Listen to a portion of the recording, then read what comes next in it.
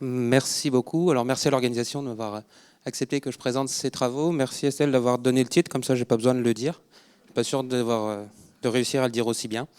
Donc je vais vous parler de SF3B1. Alors je trouve cette histoire hyper intéressante, non pas parce que j'en fais partie, mais parce que déjà d'une part le patient, en fait, la patiente Princeps est issue du GODIMS 1.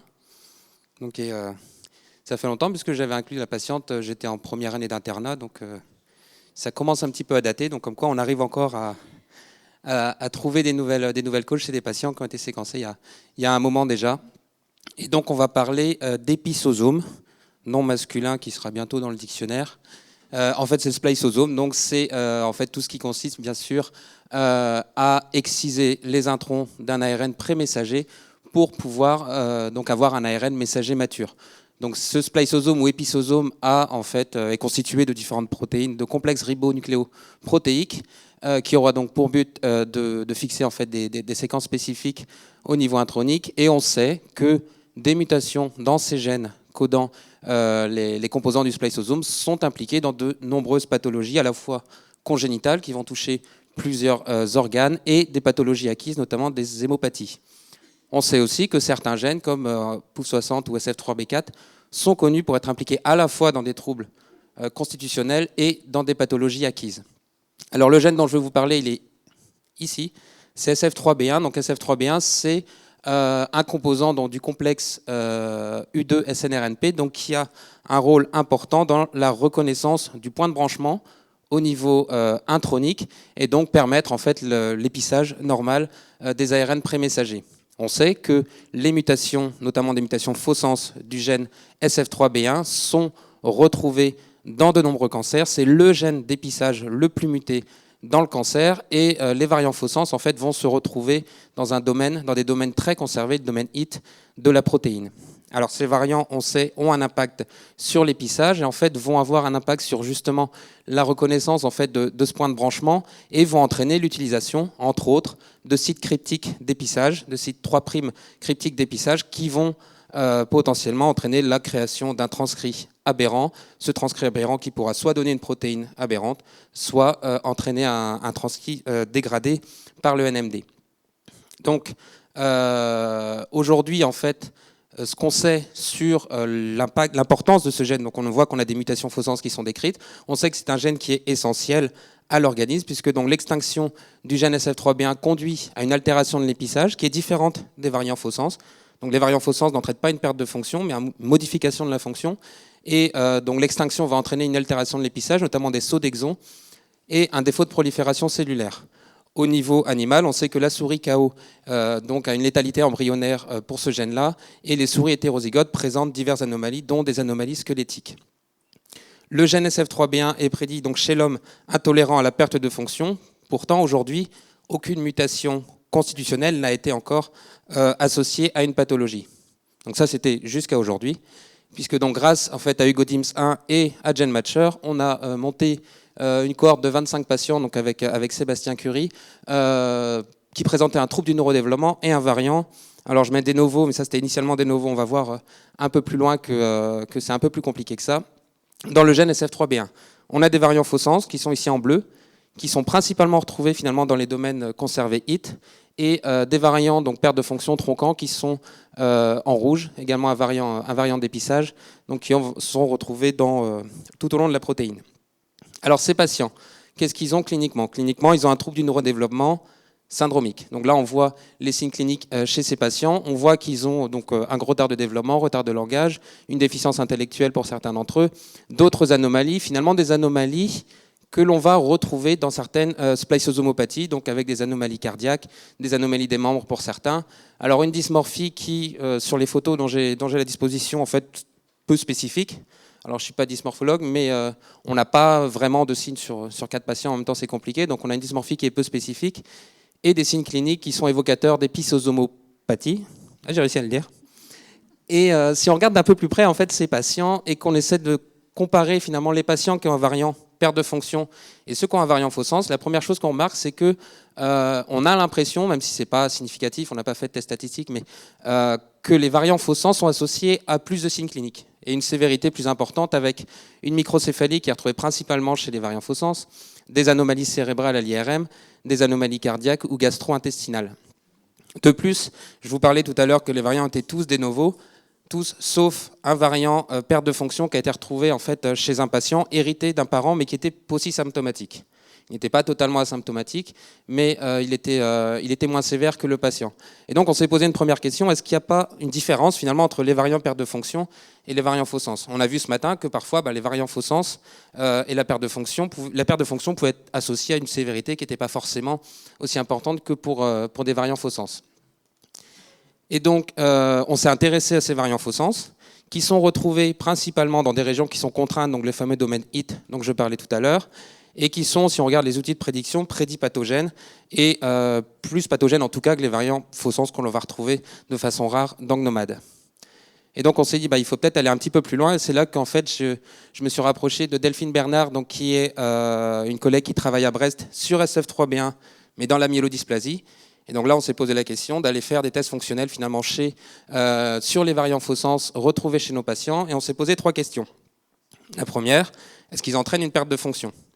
Donc on a voulu faire des tests de complémentation fonctionnelle pour évaluer en fait la capacité des variants à restaurer un phénotype au niveau cellulaire, donc un phénotype induit par l'extinction des SF3B1 endogènes. Alors si ce n'est pas de la perte de fonction, est-ce qu'ils comportent comme les variants somatiques, puisque donc Delphine connaît très bien les variants somatiques qui sont décrits dans SF3B1, donc on les a comparés finalement sur des cibles connues par des analyses ciblées. Et si ce n'était pas le cas, est-ce qu'ils ont finalement une signature d'épissage qui est différente, qui est propre aux variants retrouvés en constitutionnel. Et donc là, on a fait une analyse globale d'épissage dans un modèle cellulaire par RNA-seq. Donc, première question, est-ce qu'ils entraînent une perte de fonction? La réponse est non. C'est-à-dire que lorsqu'on inhibe SF3B1 endogène donc dans nos modèles cellulaires et que l'on introduit la protéine sauvage ou la protéine mutée, on a une restauration de la viabilité cellulaire et une restauration des anomalies d'épissage que l'on voit ici, en fait, qui sont produites là pour RBM5 et DUSP11. On a une anomalie d'épissage sur les cellules pour lesquelles on a éteint SF3B1, qui est restaurée par SF3B1 sauvage, et qui est restaurée également par la plupart des variants perte de fonction, par les variants perte de fonction, faux sens, pardon, mais qui n'est pas restaurée par les variants perte de fonction. Donc il n'y a pas de perte de fonction. Voilà, c'était ça la première réponse. La deuxième, donc, est-ce qu'ils se comportent comme les variants somatiques? Donc on a regardé par analyse ciblée sur des cibles qui étaient connues pour être dérégulées par les variants impliqués dans le cancer, donc notamment le variant K700E que l'on utilise comme contrôle. Et là, ce qu'on voit, c'est que globalement, ils ne se comportent pas comme un variant impliqué dans le cancer, hormis P780L qui semble quand même présenter quelques anomalies similaires au variant K700E. Donc la réponse à la question 2 est non, sauf.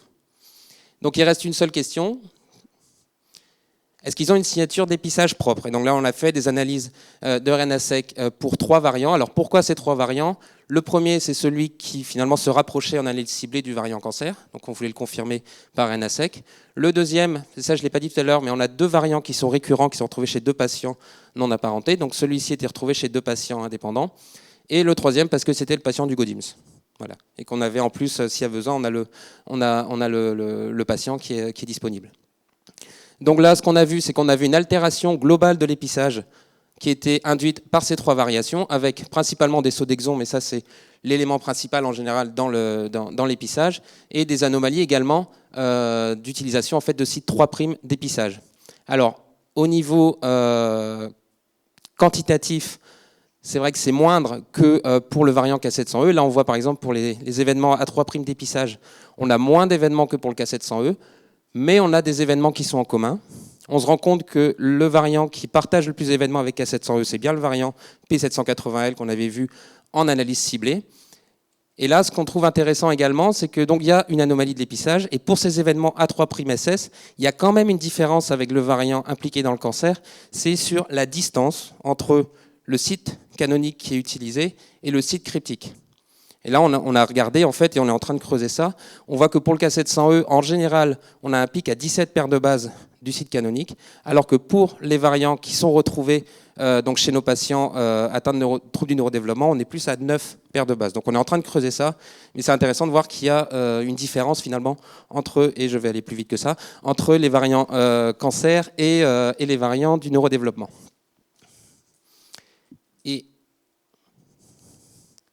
Et donc c'était la dernière diapo, donc tout va bien. Donc les variations des novos sont responsables du syndrome de neurodéveloppement avec retard de développement, des anomalies associées. Ça rejoint la liste des gènes du complexe U2 qui sont impliqués dans les pathologies constitutionnelles et acquises. On semble quand même mettre en évidence une dichotomie entre les variants perte de fonction et les variants faux sens.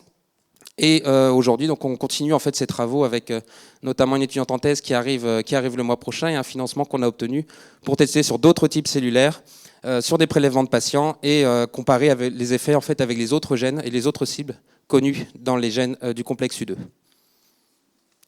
Donc je remercie bien sûr tous ceux avec qui on travaille sur ce projet, notamment Delphine avec Tiffany et Solène pour la partie fonctionnelle, et puis Sébastien qui nous a bien aidé pour le projet, et Marie-Pierre Scott-Boyer qui est à l'Université de Laval à Québec pour les analyses bioinformatiques. Et merci de votre attention.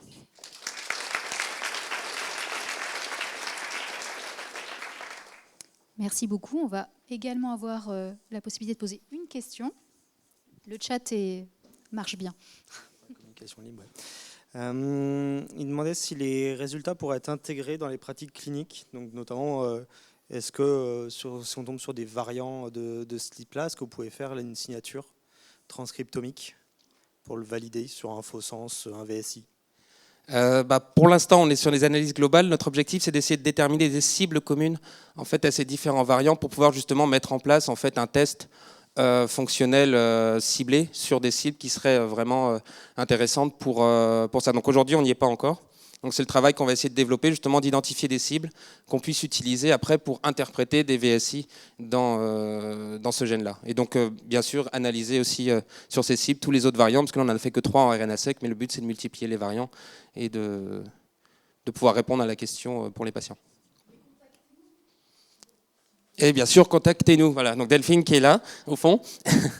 Donc contactez-nous si vous avez bien sûr des patients. On est toujours aussi à l'affût de GenMatcher pour des nouveaux patients. Donc voilà.